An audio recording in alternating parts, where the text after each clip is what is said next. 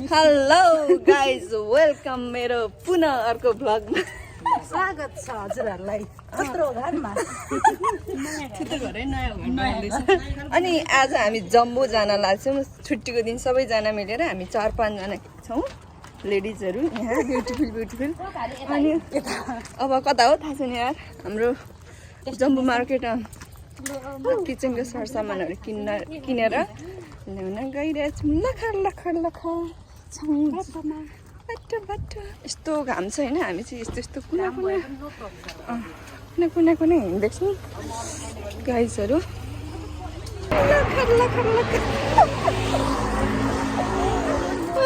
गाइजहरू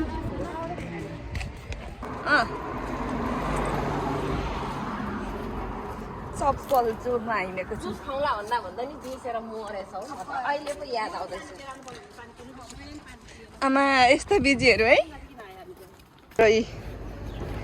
अब ल हामी जम्बू मार्केट आयो फाइनली घाममा हिँड्दा लास्टै गर्मी छ कति डिग्री होला भन्ने कुरो थाहा छैन हिँड्दा किनभने यो ठाउँमा चाहिँ सरकारी गाडी छैन आउँदैन प्राइभेटहरू मात्र हो त्यही भएर कस्तो यो जम्बू भन्नेहरू चाहिँ के भन्छ अरे यस्तोहरू चाहिँ अक्कड ठाउँमा पर्ने है त्यहाँनिर मोडस्तिर हुनु नि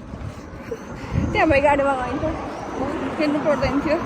जम्बू मार्केटमै यस्तो सरसामानहरू यसरी हुन्छन्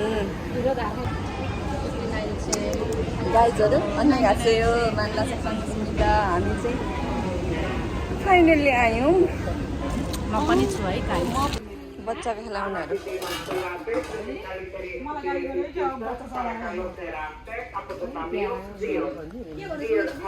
हेर यस्तो राम्रो सस्तो पनि छ सबै फेरि जम्बूमा आइपुग्यौँ छौँ हामी म 8 महिनापछि लगभग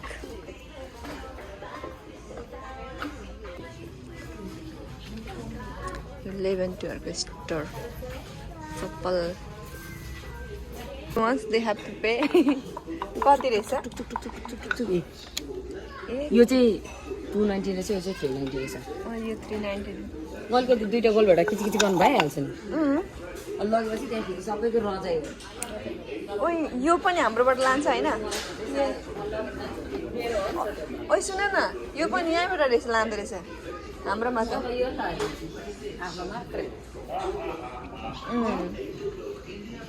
किन त नि आर्टिफिसियल मेड इन चाइना